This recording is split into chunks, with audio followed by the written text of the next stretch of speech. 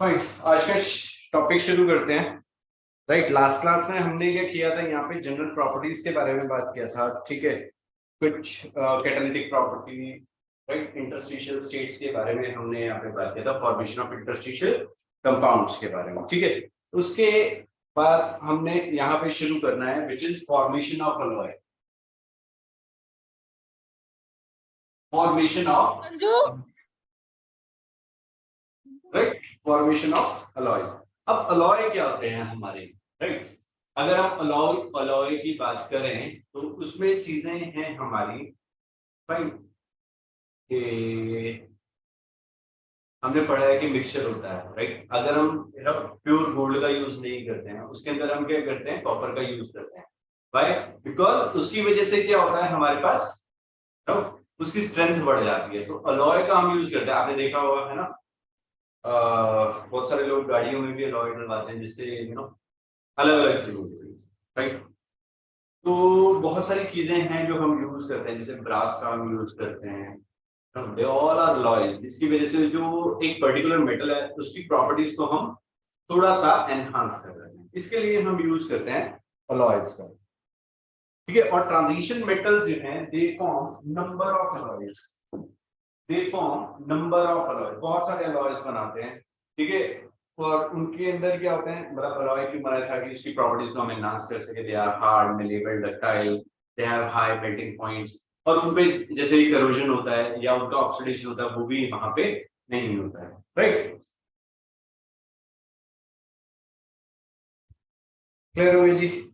तो यहाँ पे हमने ये किया, ट्रांजिशन मेटल्स लिख सकते हैं आप, transition metals form number of alloys, transition metals form number of alloys,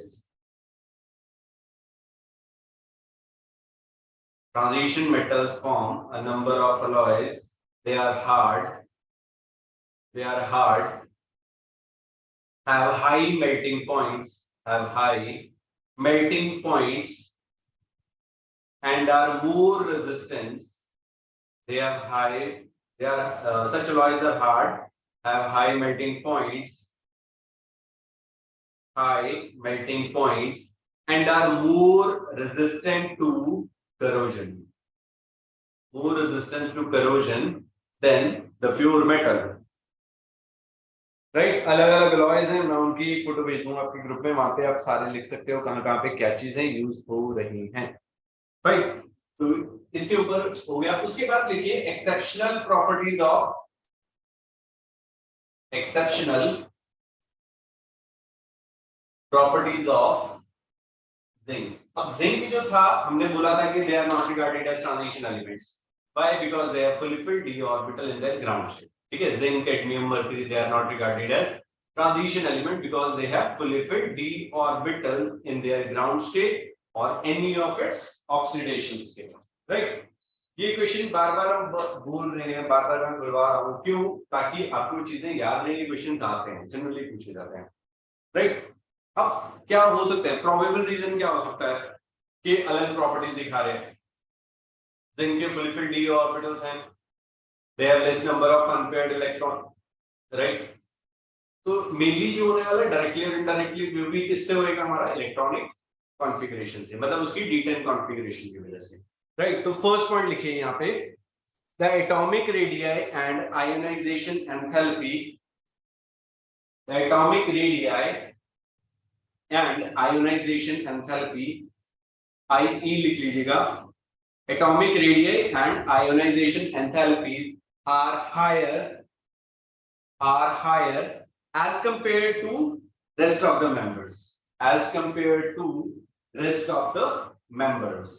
ठीक है, क्योंकि इसका साइज जब हम लेफ्ट टू राइट जा रहे थे बिल्कुल एक्सट्रीम एंड पे fully filled d orbitals and that's why they have the high ionisation enthalpies. Right, second point लिखिए, transition metals, transition metals, excuse me sir.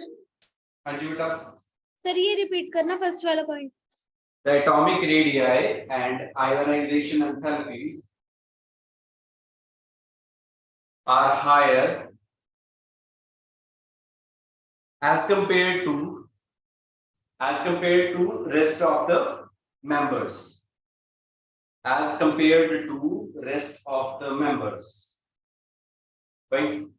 Next point लिखिए, transition metals generally form complex compounds. क्यों बना रहे थे? Because they have empty d orbitals. Transition metals generally form complex compounds, but zinc has very little tendency to form complex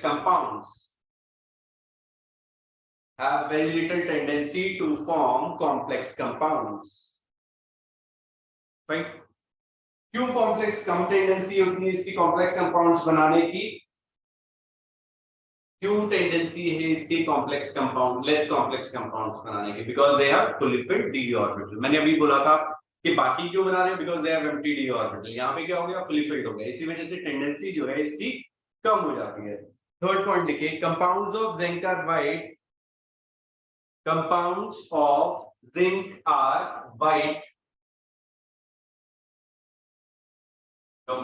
of zinc are white.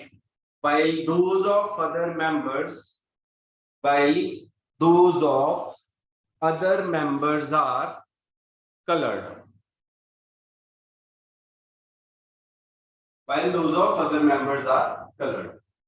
अब इसके colourless क्यों है? Because last class में हमने किया था कलर्स के बारे में डिस्कशन, राइट? कलर्स किसकी वजह से? Because of unpaired electron. यहाँ पे कलर्स बाकियों में तो समझ में आ रहा है कि अनपेयर्ड इलेक्ट्रॉन है, बट जिंक वाले में क्या है? Their compounds are white in colour because they have zero unpaired electrons.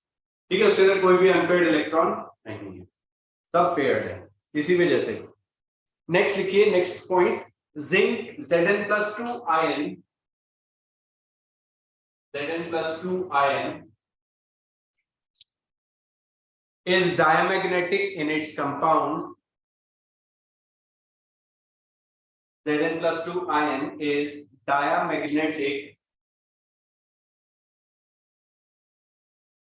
diamagnetic in its compound, while the divalent cation of most of the transition metals are divalent means दो valency वाले. divalent cation of most of the transition metals are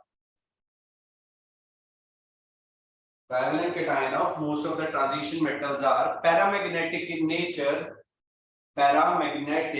nature.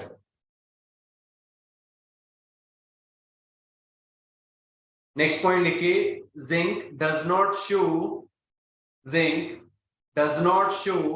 variable oxidation states. Zinc does not show variable oxidation states in its compounds.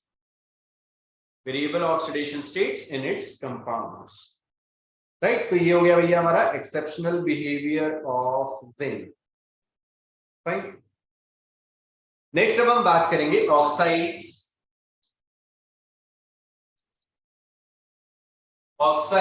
And oxometal ions.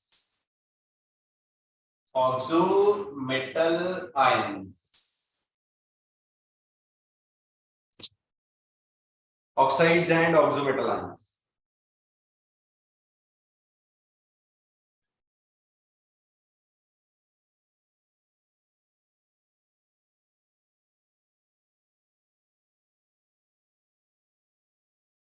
Right, अब oxometal ion, oxide तो simple सी बात है, समझ में आता है.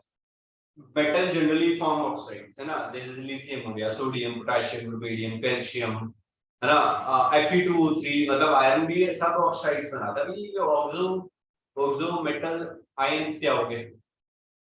आपने ऑक्सो एसिड्स सुना था, ऑक्सो एसिड्स पढ़ा था, बट ये ऑक्सोमेटल आयंस क्या आ गए? ये तो कुछ अलग ही चीज आ गई. अब इसमें क्या होता है? ऑक्सो ग्रुप क्या होता है? कोई भी एलिमेंट E था, वो डबल बॉन्ड O बना रहा है with the oxygen. Double bond O, तो इसको बोलते हैं हम ऑक्सोमेटल आयन.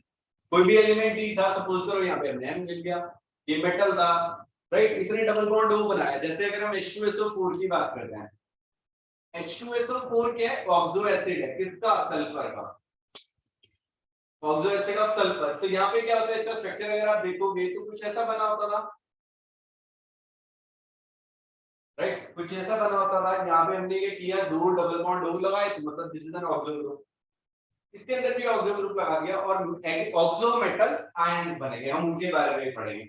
ऑक्साइड्स तो सिंपल क्लियर हो रहा है कि हमने क्या किया, कोई भी मेटल लिया, उसको हमने स्ट्रांगली हीट किया विद द ऑक्सीजन, तो वो क्या करेगा, ऑक्साइड बना देगा। आपने देखे भी हैं, ठीक है। अब जो हाईएस्ट ऑक्सीडेशन स्टेट था वो किस में दिखा था, इसके ऑक्साइड्स में।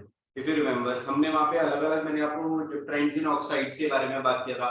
स्कैंडियम +3 दिखा रहा था, टाइटेनियम अलग दिखा रहा था, वेनेडियम, क्रोमियम, मैंगनीज, सब अपने अपने ऑक्साइड्स में हाईएस्ट ऑक्सीडेशन स्टेट्स को शो कर रहा था। तो यहीं पे हम उनके बारे में बात करने वाले हैं, किसके बारे में, ऑक्सोमेटल आयंस के बारे में, राइट। क्लियर है। तो इसके अंदर बड़ी सारी चीजें आएंगी, इसको बहुत डिटेल में पढ़ेंगे हम लोग, ठीक है। इसको आगे जाके हम बहुत डिटेल में पढ़ेंगे। इनके बारे में दो कंपाउंड्स हैं हमारे सिलेबस में, K2Cr2O7 और दूसरा है हमारा KMnO4। तो उनके बारे में बहुत सारे कंपाउंड्स के बारे में, मतलब बहुत सारी प्रॉपर्टीज के बारे में पढ़ेंगे, वो कैसे क्या कैसे कराते हैं, राइट। उसके बाद आते हैं हमारे यूजेस। इसको अभी फिलहाल के लिए स्किप करते हैं। अगर हम स्कैंडियम की बात करेंगे तो स्कैंडियम क्या कर रहा था, Fe2O3 दिखा रहा था, B2O5, ठीक है ना। टाइटेनियम दिखा रहा था, TiO2, मैंगनीज दिखा रहा है, Mn2O7, Cr3, अलग अलग थे, उसको बाद में बात करेंगे हम, ठीक है। ये हम ऑलरेडी डिस्कस कर चुके हैं और इसके बारे में हम आगे डिस्कस करने वाले हैं। अभी आते हैं uses of transition elements. Uses कहां पे हमने यूज किए थे, they are used as catalyst की तरह यूज किए थे हमने, बहुत सारी जगह हमने इन्हें कैटलिस्ट की तरह यूज किया था। Baeyer's reagent, Tollens reagent, Fehling solution, Nessler's reagent, Lucas reagent, Fenton's reagent, मतलब ये सारी चीजें जो मैं बोली है आपने पढ़नी है आगे तक, ठीक है। तो अलग अलग है, उसकी जैसे पिक क्लिक करेंगे, कुछ समझने वाला नहीं है, जस्ट सिंपल है। अब देखो, सपोज करो मुझे हाइड्रोजनेशन करना है एल्कीन्स का हाइड्रोजनेशन करना है, तो मैं वहां पे क्या डालने वाला हूँ, प्लैटिनम या प्लेटियम या निकल, तीनों में से कोई भी चीज मैं डाल सकता हूँ। इसकी वजह से क्या होगा, इजीली मेरा हाइड्रोजनेशन हो जाएगा, इजीली जो है हाइड्रोजनेशन हो जाएगा। तो उनके सब यूजेस में आते हैं हमारे, ठीक है। तो नेक्स्ट टॉपिक पे हम चलते हैं, which is potassium dichromate, K2Cr2O7। This is the most important topic, ठीक है। जो दो नेक्स्ट टॉपिक के बारे में बात करने वाला हूं, they are the most important topic, जहां से क्वेश्चन पक्का आना है, 101% है कि क्वेश्चन आएगा ही आएगा, ठीक है। बिल्कुल डन डील है, वहां से क्वेश्चन छूटेगा ही नहीं। और अगर आपको वो चीज समझ में आ जाती है, देखो मैं समझाऊंगा यहाँ पे आपको कैसे रिएक्शंस याद करनी है, ठीक है, तो वो हो जाएगा, फाइन। कुछ ऐसा नहीं है कि कुछ नई चीज होने वाली है, बड़ी सिंपल सिंपल सी चीजें। तो यहाँ पे हम बात करते हैं पहले पोटेशियम डाइक्रोमेट। पोटेशियम डाइक्रोमेट,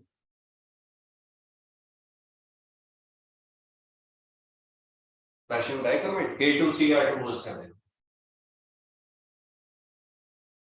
आप लोगों ने पढ़ा भी है इसे, मतलब लैब में भी यूज किया हुआ पोटेशियम डाइक्रोमेट, और एक और इसका भाई है KMnO4, पोटेशियम पर magnet, right.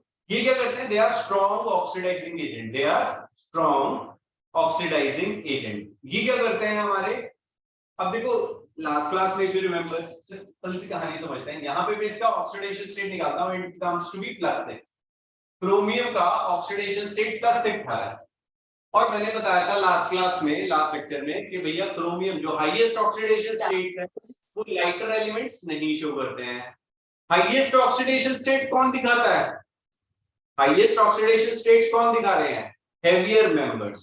If you remember, मैंने आयरन, रुथियम, ऑस्मियम के बारे में बात किया था, ग्रुप 8 के एलिमेंट्स थे, और ऑस्मियम जो है वो +8 ऑक्सीडेशन स्टेट दिखा रहा था, और जो हमारा आयरन था वो +2 या +3 दिखा रहा था, +4 दिखा रहा था, बट वो स्टेबल नहीं था, ठीक है जी। ऐसे ही हमने क्रोमियम इज लाइटर एलिमेंट, और अगर हम उसका highest oxidation state group number देखा जाए तो 6 है, और यहाँ पे वो हाईएस्ट ऑक्सीडेशन स्टेट शो कर रहा है, but this is not stable, ये स्टेबल नहीं है। ये क्या करेगा, किसी लोअर ऑक्सीडेशन स्टेट की तरफ आएगा, व्हिच इज +3। तो इसे यहां तक आने के लिए इसने क्या करना है, 3 इलेक्ट्रॉन गेन करेगा, एक क्रोमियम +6 से +3 आने में इलेक्ट्रॉन गेन कर रहा है। मैं यहाँ पे डी लिख रहा हूँ, यहाँ पे उसका मतलब है कि इलेक्ट्रॉन गेन करना है। और इलेक्ट्रॉन गेन को हम क्या बोलते हैं? रिडक्शन। उस प्रोसेस को हम क्या बोलते हैं? रिडक्शन। जहां पे मेरा रिडक्शन होता है उसे हम क्या बोलते हैं? Oxidising agent. That's why K2Cr2O7 act as a oxidising agent. भैया ध्यान रखिएगा ये चीज, ठीक है?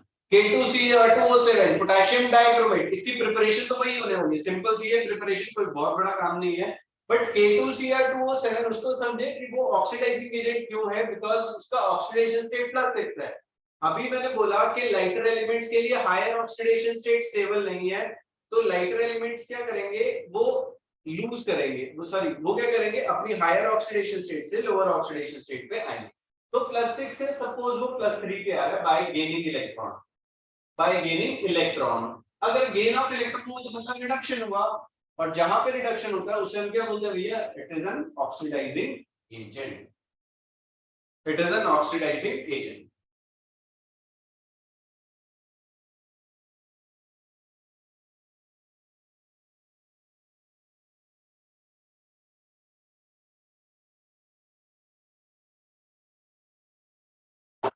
चलिए, पहले ये चीज समझनी थी कि इसे हमने ऑक्सीडाइजिंग एजेंट क्यों बोला, why it act as an oxidising agent, सबसे बड़ी कहानी है।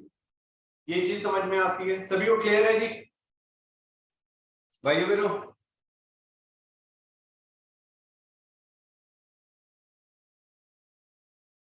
ओके, चलिए नेक्स्ट करते हैं। Next is the preparation. Preparation is important. देखो प्रिपरेशन पे क्वेश्चन, यहाँ से कोई टेढ़ा मेढ़ा क्वेश्चन नहीं आएगा, डायरेक्ट क्वेश्चन आता है। या तो प्रिपरेशन पे क्वेश्चन आ जाएगा, या ज्यादातर चांसेस होते हैं कि ये रिएक्शंस पे देगा। प्रिपरेशन सिंपल है, ठीक है? आप एनसीईआरटी से करो या किसी भी बुक से करो, वो प्रिपरेशन जो है प्रिपरेशन ही रहने वाली है, उसमें कोई चेंजेस नहीं आएंगे, ठीक है? प्रिपरेशन में लाइक एक सर्टन 2-3 मेथड जो दिए हुए हैं, अलग अलग बुक्स में अलग अलग मेथड दिए हुए हैं, तो वो हम अलग अलग मेथड्स कर लेंगे, राइट? मेन चीज जो आती है उसके ऊपर जो क्वेश्चन भी ज्यादातर आता है वो आता है हमारा इनके रिएक्शन पे। अब रिएक्शन में किस तरीके से हमें काम करना है, ठीक है? रिएक्शंस में कैसे ये काम होने वाला है, भाई इस चीज को समझते हैं। तो पहले हम क्या करते हैं? प्रिपरेशन करते हैं। इनका करेंगे भैया हम प्रिपरेशन। K2Cr2O7, यहाँ पे लिखते हैं they are generally prepared from chromite और they are generally prepared from chromite ore, FeCr2O4, ठीक है जी। और ये क्या होता है भैया? हमारा मिक्स्ड ऑक्साइड होता है। तो ये होता क्या है? मिक्स्ड ऑक्साइड होता है। किस किसका? FeO और Cr2O3 का। यहाँ पे आयरन +2 में हो गया, ये +3 में हो गया, दोनों की ऑक्सीडेशन स्टेट जो है हमारी स्टेबल, ठीक है जी। और इस ओर को हम क्या क्या बोलते हैं? फेरोक्रोम और क्रोम आयरन। इसको हम क्या बोलते हैं भैया? Ferrochrome, right? फेरोक्रोम बोलते हैं, और क्या बोलते हैं इसे? Chrome iron. किसको? ये FeCr2O4 को, ठीक है जी। ये इनके नाम है, यहाँ पे लिखते रहिएगा। ये सारी चीजें काम आने वाली हैं। अगर वो पूछता है, क्वेश्चन पे पूछ लेता है क्रोमाइट और से बनाओ या फेरोक्रोम से बना के दिखाओ या क्रोम आयरन से बना के दो, क्रोम नहीं है, क्रोम आयरन है, तो वहां पे आपको ध्यान रखना है, ये चीजें सब पता होनी चाहिए आपको। FeCr2O4 होता क्या है? मिक्स्ड ऑक्साइड है। This is a mixed oxide. किस किस का? FeO का और Cr2O3 का। हाँ जी, क्लियर है? तो फर्स्ट जो करते हैं conversion of chromite ore, first step है हमारा conversion of chromite ore into sodium chromate, into sodium chromate.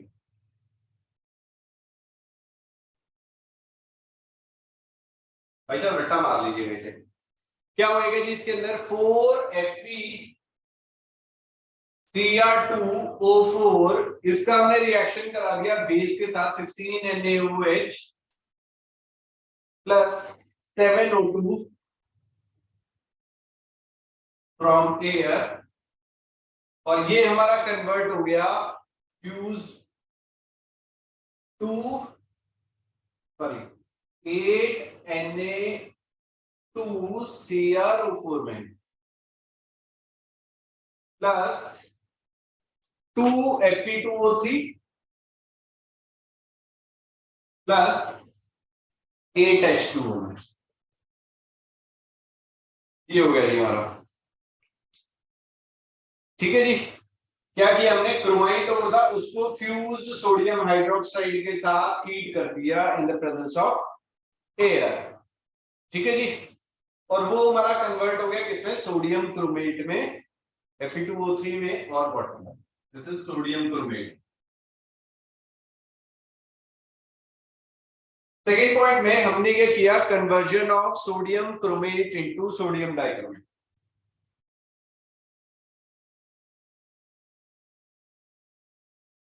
Conversion of sodium chromate to sodium dichromate.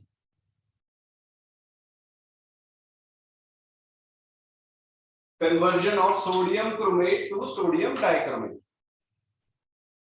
ठीक है जी, इसके अंदर हमने क्या किया, जो हमारा फ्यूज मास ऑब्टेन्ड हुआ विद वाटर, इसको हमने क्या किया, which is soluble in water goes into solution level, और उसके बाद हमने insoluble Fe2O3 निकल जाता है। अब जो येलो कलर का जो सोल्यूशन मिला था उसको हमने ट्रीट किया विद कंसंट्रेटेड H2SO4, और ये हमारा सोडियम डाइक्रोमेट बना देगा।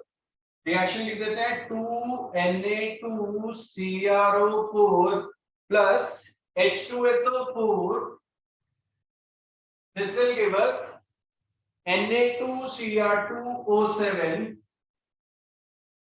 Na2Cr2O7 plus Na2SO4 plus H2O, ये मुझे बना के दे दिया। This is sodium dichromate, this is sodium dichromate,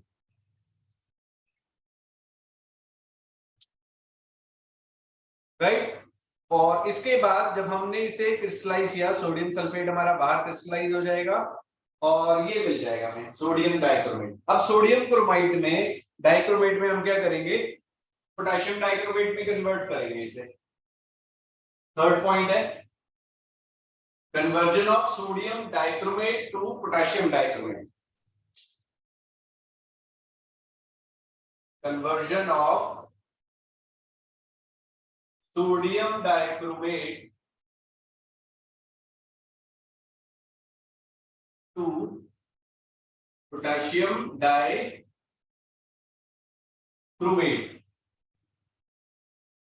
fine.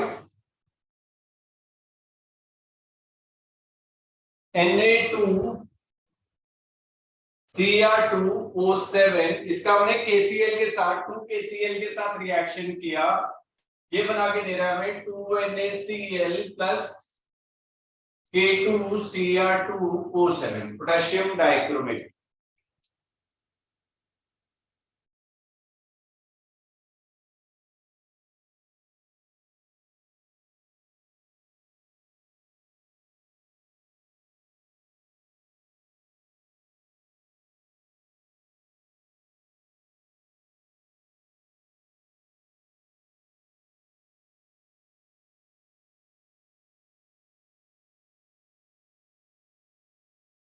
लिख लीजिएगा ये,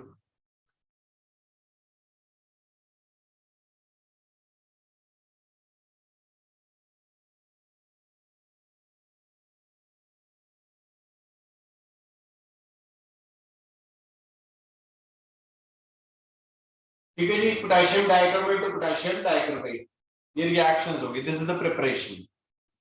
अब हम इसकी प्रॉपर्टीज पे चलते हैं। हाँ जी, सभी लोगों ने लिख लिया भाइयों, ये नोट डाउन कर लिया? Yes sir.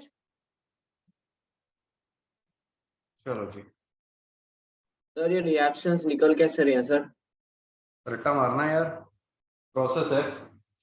अब चाय को है ना, चाय तो चाय है ना, कोई अच्छी बनाता है कोई बुरी बनाता है। कल ही बात कर रहे थे हम चाय की, है ना, आ जाओगे है ना। चाय का प्रोसेस तो बेटा एक ही है ना, किसी भी तरीके से बनाओ आप चाय। चार चीजें चाहिए, चाय पत्ती चाहिए, चीनी चाहिए, दूध चाहिए और पानी चाहिए, है ना। इकट्ठे डाल के उबाल दो तब भी चाय बननी है ना। आप पानी के अंदर चीनी मिला दो पहले, या चाय पत्ती मिला दो, फिर दूध मिलाओ, चाय बननी है। दूध मिलाया, दूध के अंदर बाकी सारी चीजें मिक्स करके एंड में पानी डालोगे तो बनना तो अल्टीमेटली क्या है भैया, चाय ही बननी है। कोई भी प्रोसेस है उसे यही बनाना है, और इसको भैया डायरेक्टली याद कर लीजिएगा, इसको समझने की कोशिश मत करिएगा, ठीक है, क्योंकि प्रोसेस है यार, प्रोसेस हो रहा है, खत्म है, क्या करेंगे, ठीक है। प्रॉपर्टीज और इसकी जो रिएक्शन है वो चीजें मैं समझा दूंगा आपको। प्रॉपर्टीज में तो कि कैसे कैसे क्या क्या काम करेगा वो चीजें हम समझे, ठीक है। सभी ने लिख लिया होगा होपफुली। आगे चलते हैं, हम इनकी प्रॉपर्टीज की बात करते हैं।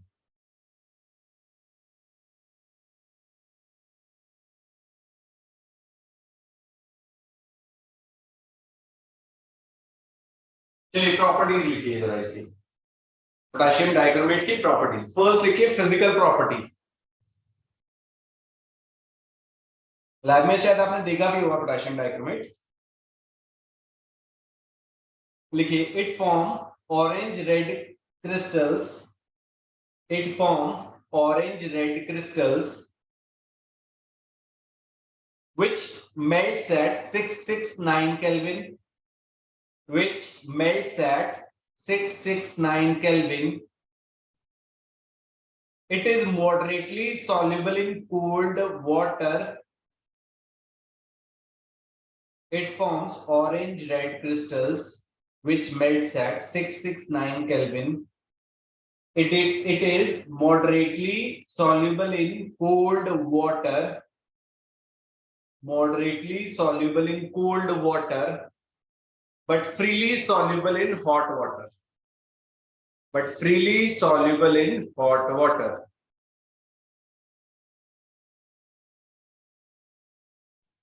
Right? Hot water. Next, लिखिए action of heat. सर पिछला पॉइंट रिपीट करना। It is moderately soluble in cold water, but freely soluble in hot water. But freely soluble in hot water. Right? Next we have action of heat. अब देखो ये जो potassium dichromate है, this is an oxygen rich salt. This is an oxygen rich salt. अगर मैं इसको heat करूंगा, देखो कोई भी ऑक्सीजन रिच सॉल्ट होता है, अगर हम उसे हीट करते हैं तो वहां से हमारी ऑक्सीजन गैस इवॉल्व होती है, हमारी ऑक्सीजन गैस इवॉल्व होती है। तो यहाँ पे भी अगर हम इसे हीट करते हैं तो यहाँ पे क्या देगा, पोटेशियम क्रोमेट बना के देगा ये। तो बैलेंस करते हैं, 4K2Cr2O7 4K2Cr O4 plus Cr2O3 plus O2, balance कर देते हैं हमसे। ये याद रखिएगा कि भैया ये किसी भी ऑक्सीजन रिच सॉल्ट को हीट करोगे तो वो हमें क्या करके देगा, ऑक्सीजन प्रोड्यूस करने में हेल्प करता है। It helps in producing oxygen gas with the evolution of oxygen. Fine. Next we have action of alkali. Next property लिखिए action of alkali. शायद आपको ये एनसीईआरटी में इतनी डिटेल में नहीं मिलेगा, ठीक है। जब हम alkali को when alkali is added to an orange red solution containing dichromate, तो हमारा क्रोमेट आयन का फॉर्मेशन होता है। क्या होगा, K2Cr2O7 plus 2KOH. This will give us K2Cr4, potassium chromate and water.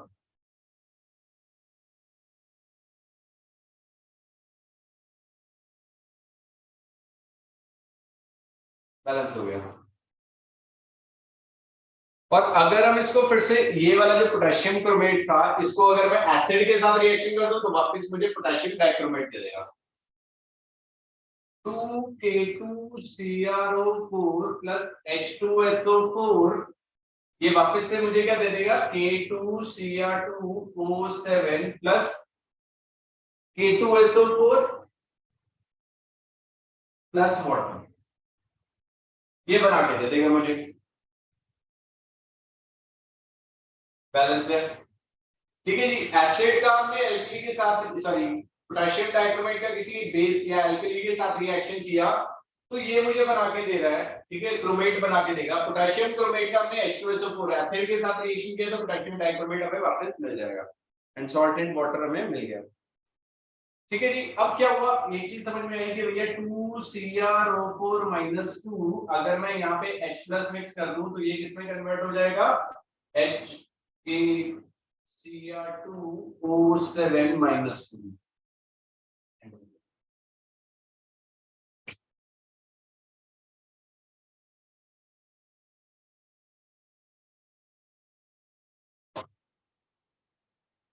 ठीक है, this is chromate ion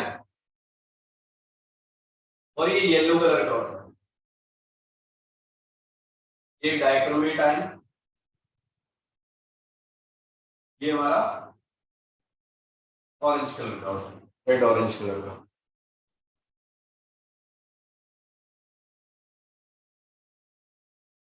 fine, chromate से डाइक्रोमेट हमारा बन गया।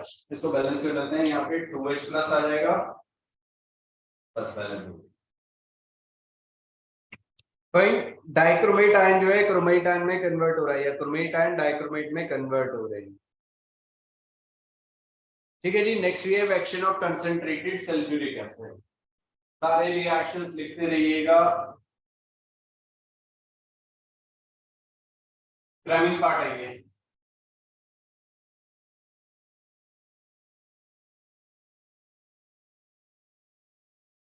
नेक्स्ट टॉपिक है हमारा action of acid, action of concentrated sulphuric acid. Action of concentrated H2SO4 sulphuric acid. Right, तो इसमें क्या आएगा कंसंट्रेटेड एसिड में कि अगर हम इसका H2SO4 के साथ रिएक्शन करते हैं तो ये किसमें कन्वर्ट होता है, CrO3 में और KHSO4 एंड वाटर में।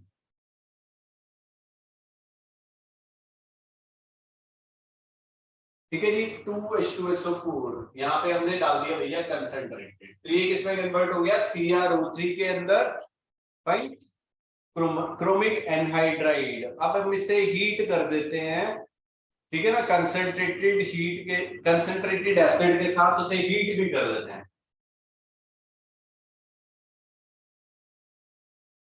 तो ऑक्सीजन गैस जो है भैया बहुत हो जाएगी। यहाँ पे हम डाल देते हैं 2K2Cr2O7 प्लस 8H2SO4 कंसंट्रेटेड था, हमने इसे हीट कर दिया तो ये किसमें कन्वर्ट हो गया, 2K2SO4 plus 2Cr2SO4 whole thrice plus 8H2O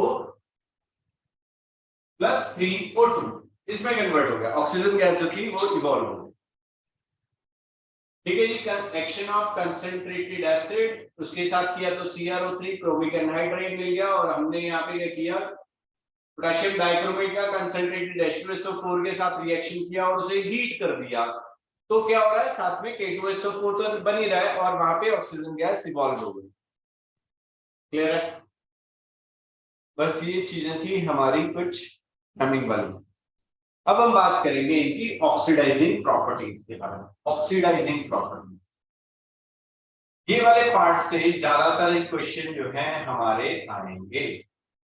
most of the question जो है यहां से पूछे जाएंगे, या तो प्रिपरेशन से पूछे जाएंगे या इनके ऑक्सीडाइजिंग प्रॉपर्टीज से पूछे जाएंगे। फाइन, अब देखो एक चीज है यहाँ पे,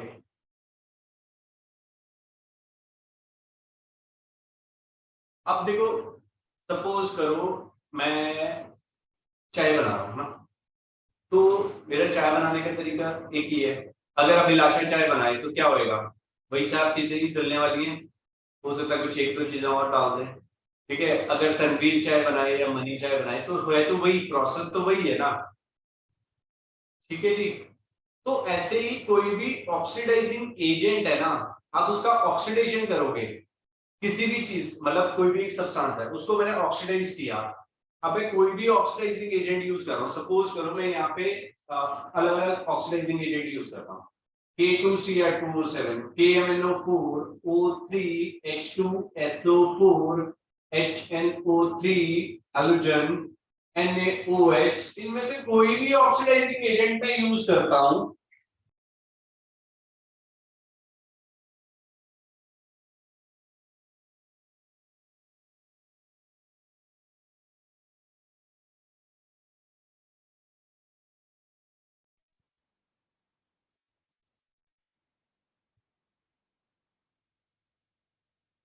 राइट, वो किसमें कन्वर्ट होएगा हमारा, हाँ जी, K2Cr2O7 Fe+2 Fe+3 में कन्वर्ट हो रहा है, और H2S था वो सल्फर में कन्वर्ट हो रहा है। ठीक है, सल्फर जो था वो SO2 या H2SO4 में, कार्बन जो है वो कार्बोनिक एसिड में, ये फिक्स है, इसमें हम चेंज नहीं कर सकते हैं, कोई भी ऑक्सीडाइजिंग एजेंट आप यहाँ पे लेके आएंगे। ठीक है, तो हम कुछ रिएक्शंस करते हैं, तो मॉलिक्यूलर इक्वेशंस पहले मैं यहाँ पे लिख देता हूँ, फिर उसके बाद में आयनिक इक्वेशन भी लिख देता हूँ। अब सपोज करो मैं आपको एक इक्वेशन लिख के दे रहा हूँ, मेरे पास यहाँ पे KMnO4 था और मैंने उसका रिएक्शन कर दिया H2SO4 के साथ, तो ये क्या करेगा, K2SO4 बना के देगा, ये बना हुआ reaction, plus Cr2SO4 whole thrice बना के देगा। ठीक है, साथ में हमें क्या बना के देगा, वाटर देगा, और साथ में नेचुरल ऑक्सीजन देगा। This is the reaction. अभी मैं आपको एक और सिंपलीफाइड वे में लिख के देता हूँ, यहाँ पे इसको बैलेंस कर देता हूँ, K2Cr2O7 सॉरी K2Cr2O7, यहाँ पे हमने क्या किया, कितना वाटर, H2SO4 लिया था, यहाँ पे K2SO4 बना, Cr2O7 4H2O and 3O, ये मेरा रिएक्शन हुआ। ये रिएक्शन को आपने रट्टा मार लेना है, ये रिएक्शन को याद रखना है, ठीक है, पक्का टेक्स्ट पे होनी चाहिए ये रिएक्शन। अब ये रिएक्शन हो गया, अब ये तो था मॉलिक्यूलर इक्वेशन, अब हम इसकी बनाते हैं आयनिक इक्वेशन। अब आयनिक इक्वेशन कैसे बनेगी, मुझे सिर्फ ये याद रखना है, Cr2O7 -2, यहाँ से पोटेशियम हटा दिया, ये वाला चार्ज -2 यहाँ चला गया, और पोटेशियम के ऊपर 1 चार्ज था, ये मेरा कन्वर्ट हो रहा है किसके अंदर, सिर्फ Cr+3, क्योंकि यहाँ पे इसका ऑक्सीडेशन स्टेट निकालोगे तो इट कम्स टू बी +3। अब आपको सिर्फ इतनी सी चीजें याद रखनी है, Cr2O7 -2 था, ये कन्वर्ट हो रहा है किसमें, क्रोमियम में, Cr+3 में, बस इतना सा याद है तो काम बन जाएगा हमारा। अब कैसे बनेगा, यहाँ पे हमने इसका ऑक्सीडेशन स्टेट निकाला, इट कम्स टू बी +6, यहाँ पे इसका ऑक्सीडेशन स्टेट निकाला तो वो +6 आता है। मैं आपको बता भी दे रहा हूँ कैसे निकाला हमने, यहाँ पे क्रोमियम 2 थे तो 2x ले लिया, यहाँ पे ऑक्सीजन पे चार्ज कितना होता है, -2 × 7 इक्वल टू, जो ओवरऑल चार्ज इक्वल टू -2 है, तो 2x -14 equal to -2, 2x will be equal to 12, x की वैल्यू आ गई भैया 6, तो यहाँ पे मैंने इसका ऑक्सीडेशन स्टेट +6 लिख दिया। इधर की साइड यहाँ पे ऑलरेडी चार्ज गिवन है, तो इसका चार्ज कितना है मेरा, +3 है, तो मेरे को इससे कुछ करने की जरूरत नहीं है। तो Cr2O7 -2 किसमें कन्वर्ट हो रहा है, Cr+2, बस इतनी सी चीज याद रखनी है। यहाँ पे क्रोमियम 2 थे, यहाँ पे क्रोमियम 1 ही है, तो उसको बैलेंस करने के लिए मैं यहाँ पे 2 लगा देता हूँ, बस। किसी को आपत्ति है जी इस चीज में कि मैंने यहाँ पे 2 था तो यहाँ पे भी 2 लगा दिया। अब देखो जरा, ये +6 था, ये +3 था, कितने इलेक्ट्रॉन गेन करके ये +6 से +3 जाएगा, 3 इलेक्ट्रॉन्स, बट यहाँ पे 2 एटम है, एक क्रोमियम एटम 3 इलेक्ट्रॉन गेन करके, एक क्रोमियम एटम 3 इलेक्ट्रॉन गेन करके Cr+3 तक आ रहा है, तो 2 क्रोमियम एटम कितने इलेक्ट्रॉन गेन करेंगे, हाँ जी, 2 क्रोमियम एटम कितने इलेक्ट्रॉन गेन करेंगे, 6 इलेक्ट्रॉन्स। तो देखो यहाँ पे 2 क्रोमियम हो गए, यहाँ पे 2 क्रोमियम हो गए, ऑक्सीजन यहाँ पे कितने हैं हमारे पास, 7 ऑक्सीजन को बैलेंस करने के लिए मैंने यहाँ पे क्या किया, 7H2O लगा दिया, ताकि मेरे ऑक्सीजन बैलेंस हो जाए, क्या हो जाएगी, ऑक्सीजन बैलेंस हो जाए। अब हाइड्रोजन यहाँ पे कितने हो गए मेरे, 14, तो यहाँ पे मैं क्या करता हूँ 14H+ ऐड कर देता हूँ, 14H प्लस ऐड कर देता हूं, तो ये जो थी ये मेरी रिएक्शन बन गई, ये मेरी रिएक्शन हो गई। क्या बना? Cr2O7 minus 2 plus 14H plus 6 electron. This will give us 2Cr plus 3 plus 7H2O. देखिए जरा, किसी को कोई कंफ्यूजन है इस रिएक्शन में? इंपॉर्टेंट है ये चीज। किसी को ये आयनिक इक्वेशन में कोई कंफ्यूजन है?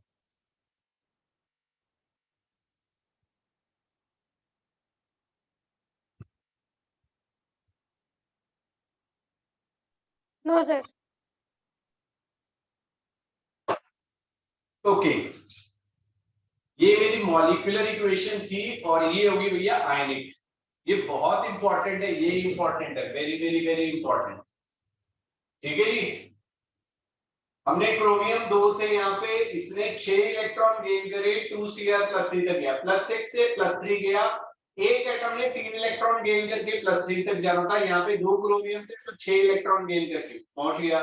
यहाँ पे ऑक्सीजन कितने थे? 7, तो उसने 7 वाटर मॉलिक्यूल्स लिख दिए ताकि मैं ऑक्सीजन बैलेंस कर सकूं। हाइड्रोजन को बैलेंस करने के लिए यहाँ पे 14 थे, तो मैंने यहाँ पे 14H प्लस लिख दिया। ठीक है, इक्वेशन मेरी बैलेंस हो गई है। सॉरी, ये इक्वेशन जो थी भैया मेरी बैलेंस हो गई है। इस इक्वेशन से हम सारी कहानियां करेंगे, इस इक्वेशन से सारी की सारी कहानियों का काम करेंगे। अब फर्स्ट लिखिए, इस इक्वेशन को मैं लिख देता हूं एक साइड में। अब फर्स्ट मैंने अभी आपको बताया था कि ये सारे के सारे ऑक्सीडाइजिंग एजेंट एक ही काम करेंगे।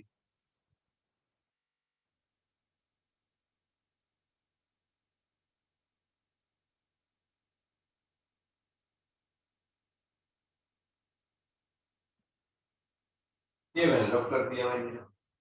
अब फर्स्ट लिखते हैं, it oxidises iodides to iodine.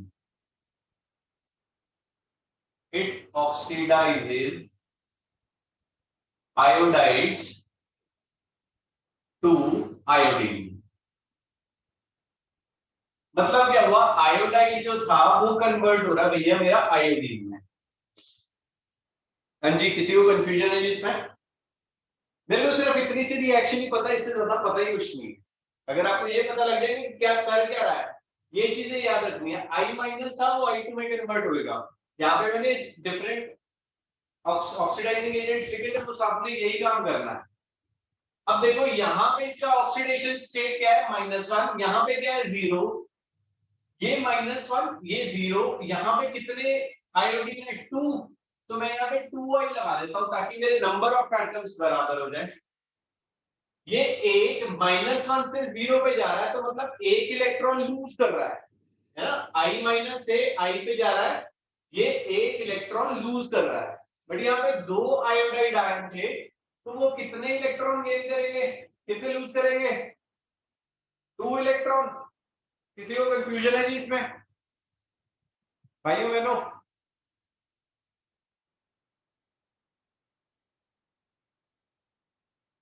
बोलो भाइयों, किसी को कोई कंफ्यूजन है इसके अंदर? No sir.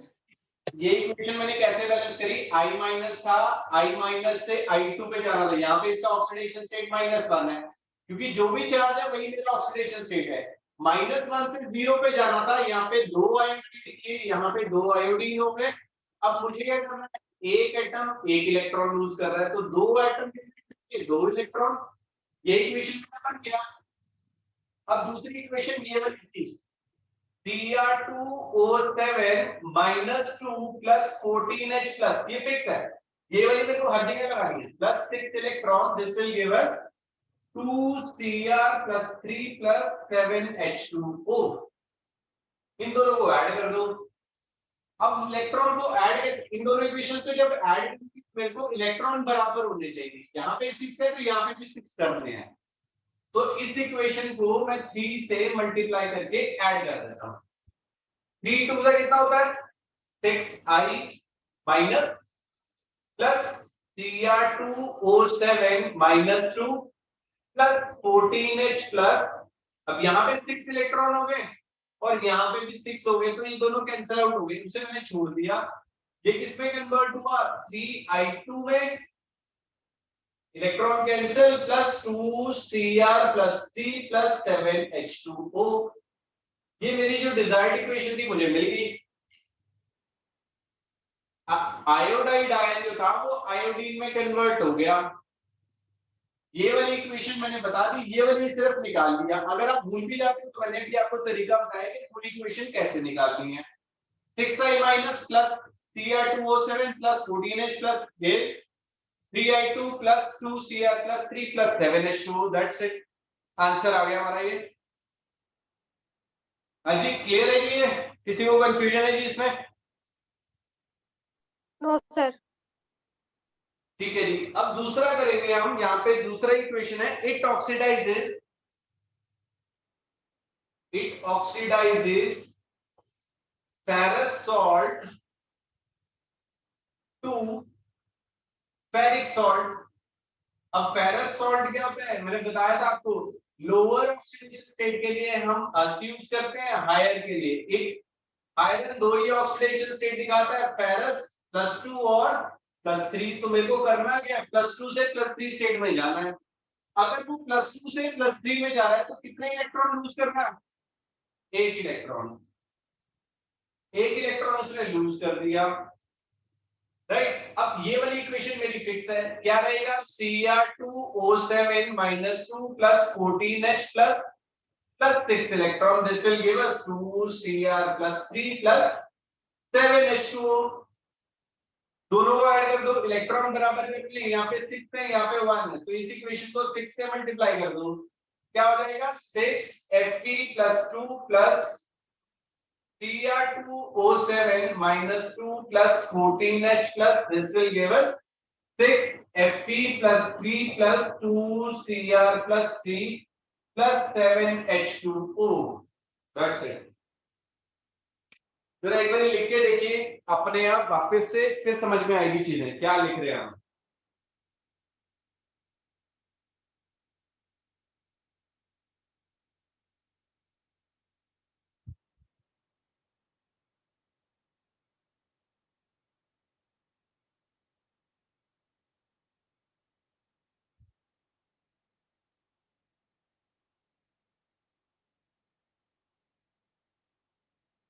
जरा एक बार अपने एंड से हाथ से ये इलेक्ट्रो इक्वेशन लिख के देखिए, समझ में आ रही हैं? 2 मिनट दे रहा हूँ, जल्दी जल्दी चेक करिए जरा इन्हें।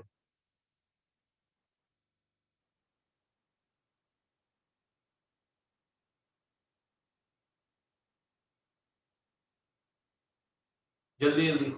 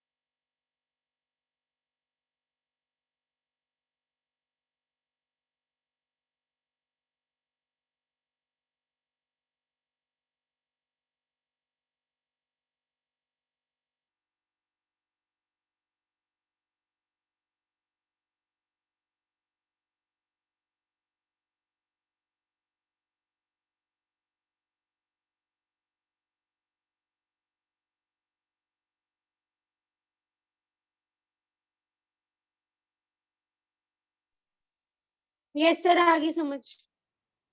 हाँ भाइयों, बाकियों को किसी को कोई डाउट है इस चीज में? No sir. ठीक है जी। अब हमने क्या किया, ये वाली इक्वेशन ड्रॉप कर रहा हूं मैं आपको, ये आप लोगों को समझ में आ गई है। ठीक है, मॉलिक्यूलर इक्वेशंस तो हो जाएंगी, इससे मॉलिक्यूलर इक्वेशंस भी हमारी हो जाएंगी, बट मेनली क्या है, आयनिक इक्वेशन समझ में आनी चाहिए। आयनिक से सारा कुछ समझ में आ जाएगा। अब देखो, अब हम क्या करेंगे, इट ऑक्सीडाइजेज H2S 2 सल्फर। सिर्फ यही एक सल्फाइड है, यही एक सल्फाइड है जो सल्फर पे जा रहा है। अदरवाइज सल्फर जो है मेटल सल्फाइड्स, अगर वहां पे हमने लिखा कि मेटल सल्फाइड्स, वो हमारे ऑक्सीडाइज होंगे किसमें, मेटल सल्फेट्स में। किसमें कन्वर्ट होंगे, मेटल सल्फेट में, ये ध्यान रखिएगा। सिर्फ H2S है जो S में जा रहा है, अब कैसे जाएगा वो देखते हैं। सपोज करो मैंने यहाँ पे H2S लिख दिया और ये कन्वर्ट हो गया सल्फर में। यहाँ पे वही आ जाएगा Cr2O7 - 2 + 14H + 6 electron, this will give us Cr2 Cr + 3 + 7H। चलिए जरा बैलेंस करके बताइए क्या आएगा।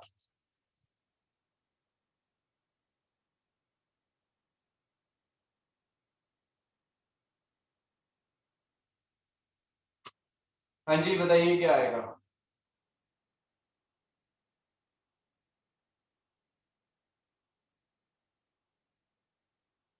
यहाँ पे इसका ऑक्सीडेशन स्टेट निकालेंगे, दिस विल बी -2। यहाँ पे कितना है 0, राइट। यहाँ पे -2 है, -2 से 0 पे गए तो कितने इलेक्ट्रॉन करेगा भैया, ये 2 इलेक्ट्रॉन गेन यूज करेगा। -2 से 0 पे जा रहा है, 2 इलेक्ट्रॉन लूज कर जाएगा। यहाँ पे हाइड्रोजन कितने हैं 2, इसको बैलेंस करने के लिए हम क्या करते हैं 2H+ कर देते हैं ताकि मेरा हाइड्रोजन भी बैलेंस हो जाए। फाइन, ये वाली इक्वेशन मेरी बैलेंस हो गई। ये वाली ऑलरेडी थी, यहाँ पे इलेक्ट्रॉन 6, यहाँ पे इलेक्ट्रॉन्स कितने हैं 2, तो इस इक्वेशन को हम क्या करते हैं 3 से मल्टीप्लाई कर देते हैं और ऐड कर देते हैं। क्या आएगा CH2S + Cr2O7 - 2। अब ये 14H+ है, यहाँ पे कितने हो गए 6, यहाँ पे 6 है, यहाँ पे 14 है, तो इधर ले आएंगे, ये हो जाएगा 8H+, this will give us 3 sulphur + 2 Cr + 3 + 7H2। ये इक्वेशन आ गई साहब।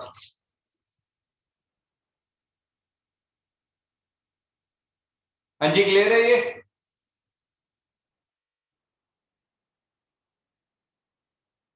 जरा चेक करो फिर बताओ।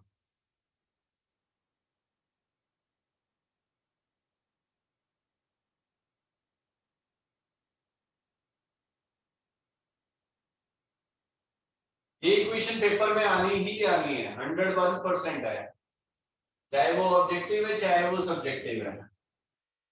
डी एंड एफ से ज्यादातर इन्हीं दो कंपाउंड्स में से क्वेश्चन आएगा, चाहे वो K2Cr2O7 है चाहे वो KMnO4 है।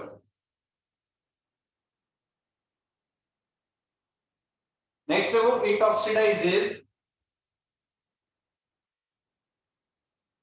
oxidizes sulfides to sulfates।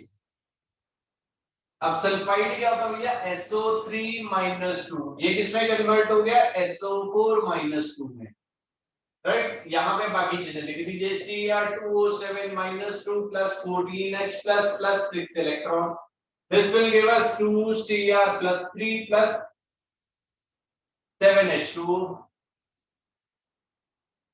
अब यहाँ पे इसका ऑक्सीडेशन स्टेट निकालते हैं, कितना आ रहा है देखिए जरा, x + -2 × 3 = -2, x - 6 = -2, x = 4 आ गया। यहाँ पे आप निकालोगे कितना आएगा x + -2 × 4 = -2, x = 6 आ जाएगा। तो यहाँ पे भैया +4 था, यहाँ पे +6 हो गया। अब जब उसे +4 से +6 जाना है क्या करेंगे हम, वो इलेक्ट्रॉन गेन करेगा या लूज करेगा, गेन है जी गेन करेगा। लूज करेगा दीदी, जब भी हायर पे जा रहे हो लूज करता है। सोडियम का 0 था, अब सपोज करो मैग्नीशियम है, मैग्नीशियम ने 2 इलेक्ट्रॉन लूज करने, मैग्नीशियम ने 1 इलेक्ट्रॉन लूज किया तो Mg+ बनेगा, जब वो दूसरा और लूज करेगा तो +2 पे जा रहा ना, तो 2 इलेक्ट्रॉन उसमें लूज कर दिए। ठीक है जी, क्लियर है, बोलो भाइयों।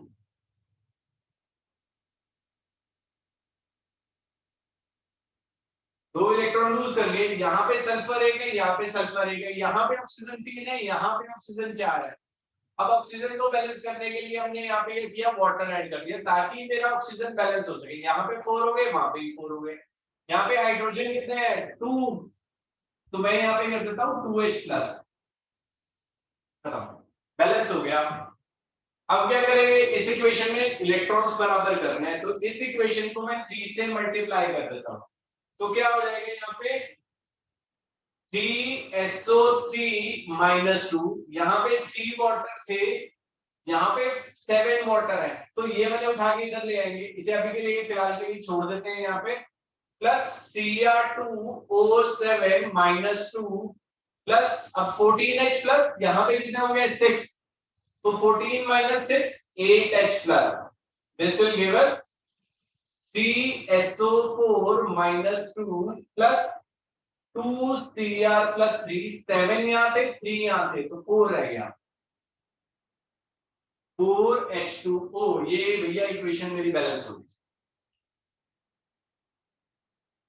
Cr2O7 minus 2 plus 8H plus 3SO3 minus 2 plus 2Cr, सही आंसर है हमारा, हमारा आंसर बिल्कुल सही है।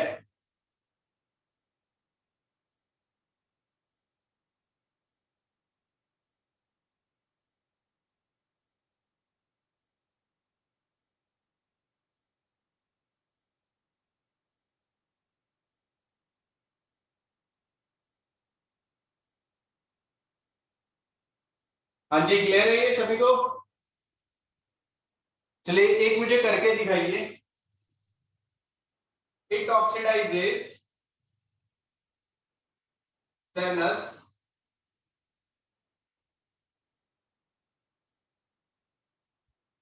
Stannous ion to stannic ion. मतलब क्या हुआ, Sn+2 से वो Sn+4 में गया। चलिए जरा करके दिखाइए, जरा जल्दी जल्दी 2 मिनट लीजिए और इसे करिए इक्वेशन को।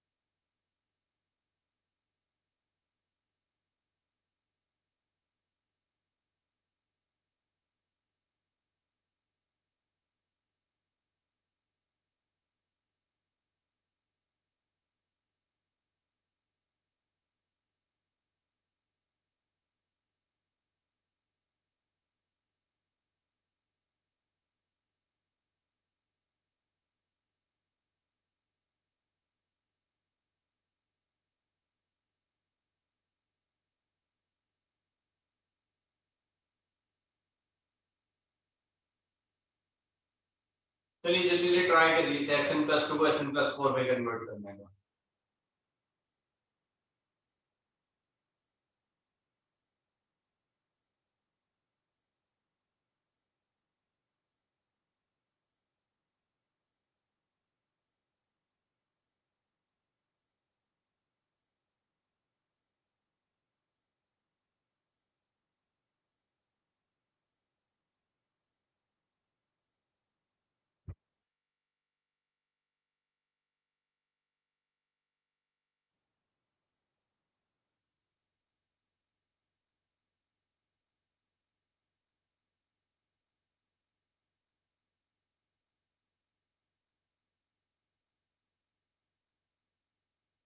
हाँ भाइयों, किसी का हुआ?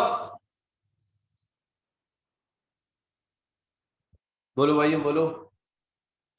Cr2O7 minus 2 plus 3Sn+2 plus 14H positive gives 2Cr plus 3 plus 3SN plus 4 plus 7H2O. Very good, very good. हाँ भाइयों, किसी और का हुआ है?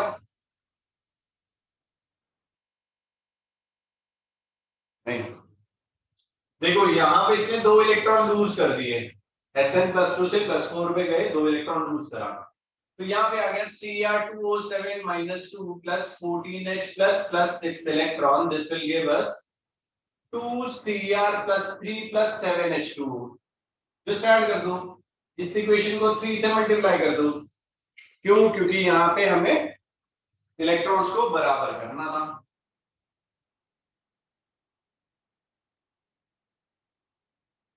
हो गया काम खत्म।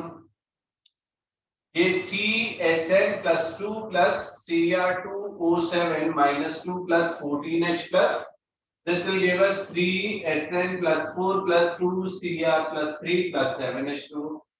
That's it. ठीक है साहब, क्लियर है? हाइड्रोजन एसिड को अभी ये 2 इक्वेशन है वो आप ट्राई कर सकते हो।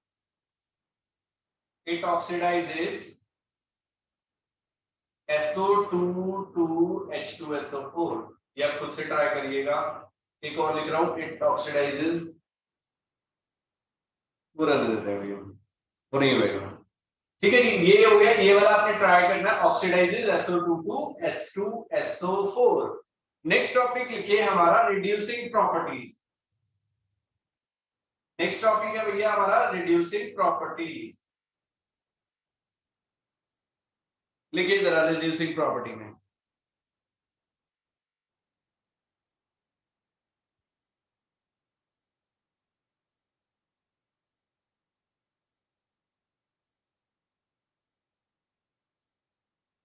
It can also act as reducing agent. It can also act as a reducing agent. Reducing agent in acidic medium. In acidic medium, it reduces hydrogen peroxide. It reduces hydrogen peroxide. Sir reducing agent के बाद क्या था? In acidic medium, it reduces hydrogen peroxide. ठीक है जी, equation लिख लीजिएगा यहाँ पे। यहाँ पे हमने लिखा K2Cr2O7 plus H2SO4 plus 4O. This will give us K2SO4 plus 2CrO5 plus 4H2 plus H2O, sorry. और ये क्या करेगा? H2O2 ऑक्सीडाइज करेगा। H2O2 ऑक्सीडाइज हो गया और ये हमारा कन्वर्ट हो गया किसमें? H2O में और O2 में। इस इक्वेशन को 4 से मल्टीप्लाई कर दिया, इक्वेशन निकाल दिया हमने। This will be like K2Cr2O7 plus H2SO4. This will give us H2O2 करेंगे plus 4H2O2. This will give us K2SO4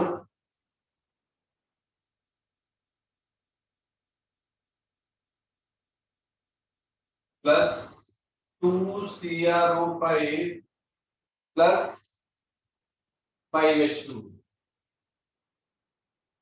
That's it. ये इक्वेशन हमें मिल गया। ठीक है जी, CrO5 का स्ट्रक्चर मैंने आपको पहले भी बताया था, क्रोमियम परऑक्साइड होता है ये। इसके अंदर क्या होता है?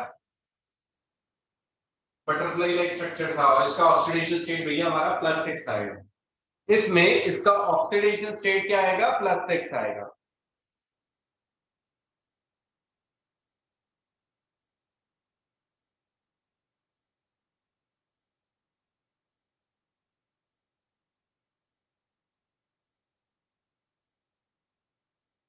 ठीक है जी, डीप वॉयलेट कलर का होता है ये। चलिए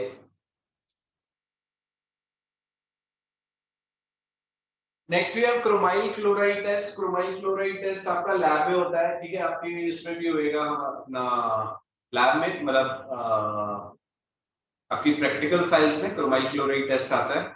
तो मैं वो आपको भेज दूंगा, वो कुछ नहीं है, जस्ट उसे याद करना है, कोई समझने वाली कोई चीज वहां पे नहीं है। क्रोमाइल क्लोराइड टेस्ट को मैं भेज दूंगा आपको,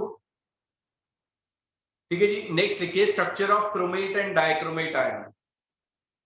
structure of chromate and dichromate ion.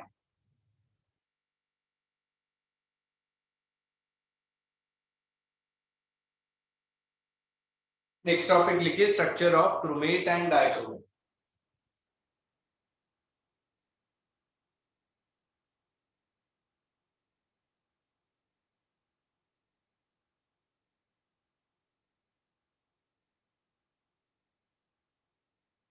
ठीक है जी, क्रोमेट एंड डाइक्रोमेट आयन के स्ट्रक्चर्स हमने लगा रहे हैं। यहाँ पे क्या होगा, CrO4 -2 एंड Cr2O7 -2, ये दो आयन से इनके स्ट्रक्चर्स हमें बनाने हैं। ठीक है जी, कैसे बनेंगे, इनके ऑक्सीडेशन स्टेट से ही निकल जाती हैं चीजें। जब भी आप स्ट्रक्चर बनाओगे तो इनके ऑक्सीडेशन स्टेट देखो। यहाँ पे CrO4 -2 है, तो यहाँ पे क्या होगा, इसका कुछ इस टाइप का स्ट्रक्चर होएगा, यहाँ पे माइनस, यहाँ पे माइनस, इसका -2, यहाँ पे +2, इसका -2, इसका +2, यहाँ पे -1 है तो यहाँ पे +1, यहाँ पे -1 है तो +1, टोटल किया +6 आ रहा है, मतलब मेरा स्ट्रक्चर सही है। ठीक है जी, टेट्राहेड्रल शेप हो गई, ये बन गया मेरा डाइक्रोमेट आयन। अब डाइक्रोमेट में क्या हो रहा है, अब क्रोमियम है, यहाँ पे लगाए, यहाँ पे एक लगा दो, यहाँ पे एक लगा दो, यहाँ पे एक वो लगा दो, यहाँ पे Cr लगा दो, यहाँ पे डबल बॉन्ड होंगे, यहाँ पे डबल बॉन्ड होंगे, यहाँ पे डबल बॉन्ड होंगे, इसको यहाँ पे कर दो ताकि कुछ टेट्राहेड्रल लाइक स्ट्रक्चर दिखे हमें। ये एक टेट्राहेड्रल हो गया, ये दूसरा टेट्राहेड्रल हो गया, ये बन गया भैया हमारा Cr2O7 -2। ठीक है जी, आप इसको ऐसे लगा दीजिए, यहाँ पे माइनस लगा दीजिए, यहाँ पे माइनस लगा दीजिए, आप ऐसे लिख सकते हो, किसी भी तरीके से कुछ भी कर सकते हो। ठीक है जी, डाइक्रोमेट आयन हो गया, ये क्रोमेट आयन हो गया और डाइक्रोमेट आ गया। इनके स्ट्रक्चर्स आते हैं भैया, structures are very very very very important. Structure जो है भैया वो बहुत ज्यादा इंपॉर्टेंट है, समझ आ गई है। तो आज के लिए इतना ही करेंगे हम, नेक्स्ट क्लास में हम करेंगे KMnO4, इसी का भाई है, बड़ा तसल्ली से होएगा वो भी, उसी की भी रिएक्शंस कुछ इसी टाइप की ही हैं। तो ये वाली रिएक्शन आज जाके इसे अच्छे से रिवाइज कर लीजिएगा, ठीक है। और आज और कल 2 क्लासें और लगेंगी, नेक्स्ट क्लास और उसके नेक्स्ट क्लास, मतलब इस वीक हम इस चैप्टर को कर देंगे फिनिश। ठीक है जी, और फिर हम शुरू करेंगे कोऑर्डिनेशन। कोऑर्डिनेशन भी इसी जैसे ही छोटा सा चैप्टर है और इजी चैप्टर है, हो जाएगा वो भी। ठीक है जी, किसी को कुछ पूछना है तो आप पूछ सकते हैं।